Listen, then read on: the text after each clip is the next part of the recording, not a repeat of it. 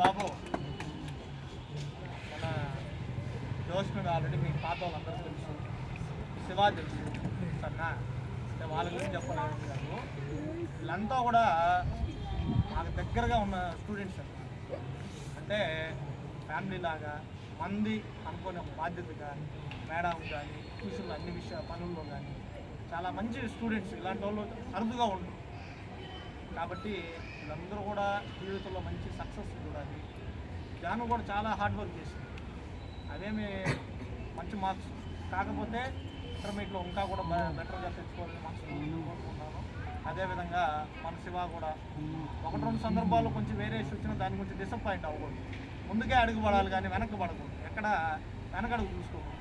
మన లోపాలు ఏంటంటే సరి చేసుకోవాలి అంతే లైఫ్లో.